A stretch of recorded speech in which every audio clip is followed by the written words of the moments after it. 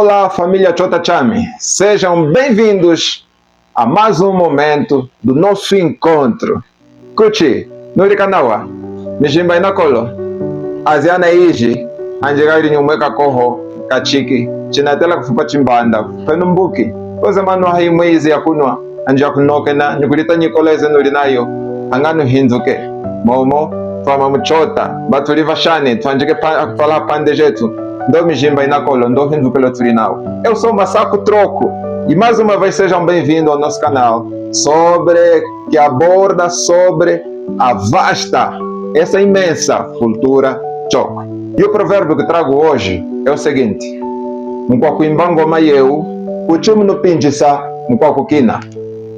Unembingo mayeu, uchumu no pinjisa, mkwakukina. A tradução é: eis aí o batuqueiro, eis aí quem toca o batuque. Por que implicar-se, incomodar-se, criticar, ir atrás do dançarino?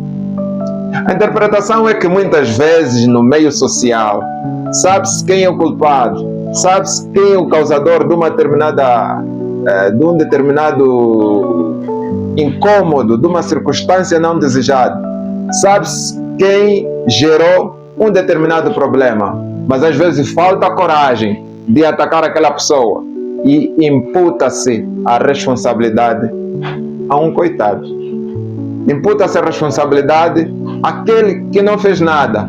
As consequências recaem sobre outra pessoa. E nós sabemos que isso acontece na família, nas empresas, entre amigos, nas organizações de forma geral, na nossa sociedade. O provérbio nos reprova e nos ensina que quando se sabe quem é o culpado, é necessário que se tenha coragem de, se é que se quer imputar responsabilidade, que se impute ao responsável daquela má ação, daquela situação que se está a reprovar, daquele problema que foi causado, e não deixar o responsável, deixar o causador, deixar o sujeito e pegar a um qualquer e imputar a responsabilidade. É feio. E se isso acontece contigo, no meio em que você está inserido, o provérbio nos desencoraja a partirmos por essa prática. O nembingo mayeu, cochemo no pinjisamu com a coquina. Ataca o batuqueiro. Se o barulho te incomoda, se você não quer ouvir o som do batuque, ataca o batuqueiro. Reclame com o batuqueiro e deixa o dançarino, porque o que ele está a fazer é automático ao som do barulho.